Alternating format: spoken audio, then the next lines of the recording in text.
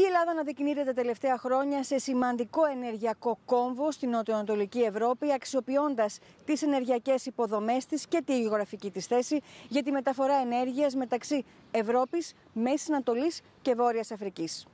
Παράλληλα με τη διατλαντική συνεργασία μεταξύ Ευρωπαϊκής Ένωσης και Ηνωμένων Πολιτειών ενισχύεται ο γεωστρατηγικός ρόλος της Ελλάδας. Για όλα αυτά συζητούμε με τον Αμερικανό Υπουργό Ενέργειας, Wright. Since Russia's invasion of Ukraine, energy security has become a pillar of transatlantic strategy. How sustainable is U.S. support if geopolitical tensions continue? Oh, I think the support's quite sustainable. You know, we've been allies with the European nations for the whole history of the United States. Our resources are immense. Our desire to grow the partnership, both economic and national security, is strong. Yeah, the United States will be here for the long run. With Europe reducing its dependency on Russian energy, how does the U.S. see its own role? I mean, more like a long-term partner or just a crisis supplier? Oh, no, we view it very much as a long-term supplier, very much as a long-term supplier. United States natural gas production is more than twice Russian natural gas production, and ours is growing rapidly. And our export capacity is expanding even more rapidly than our gas production is expanding. So no, our goal, President Trump's agenda is prosperity at home and peace abroad. We think nations that are well supplied with energy have greater economic opportunities, greater prosperity, and having these cross-border, cross-ocean energy cooperations leads to long-term sticky relationships and drives peace in the world. Projects like Alexandroupolis LNG terminal and interconnectors to the Balkans have shown again the strategic importance of Greece. How does Washington see Greece's growing role in Europe's energy security architecture? Oh, I think it's fantastic. And Greece is a tremendous partner. Look, Greece is historically a shipping powerhouse. Something like 20% of global shipping and over a third of all LNG, liquefied natural gas shipping, is done by Greek companies.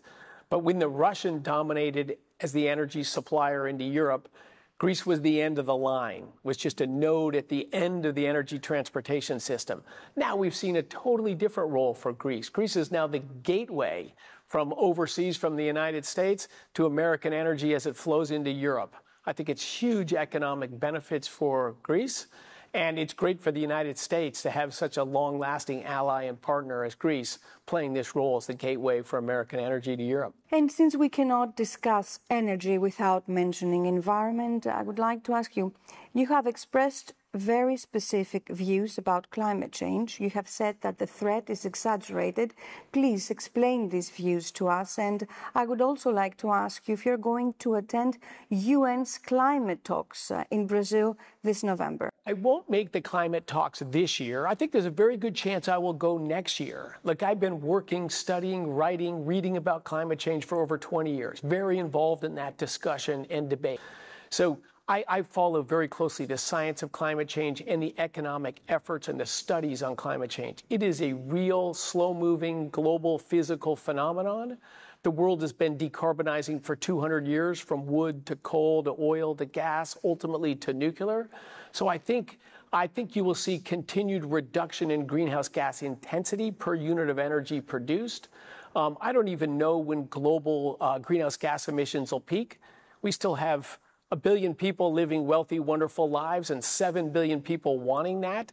So I think we're going to see many, many decades of growth in energy production, likely continued gradual rises in greenhouse gas emissions. Fortunately, a more energized, wealthier world is better able to withstand any changes. Climate change is a real thing, but it's just been wildly exaggerated for political purposes. I think it's very unfortunate. Secretary, thank you very much for this discussion. Thank you so much for having me.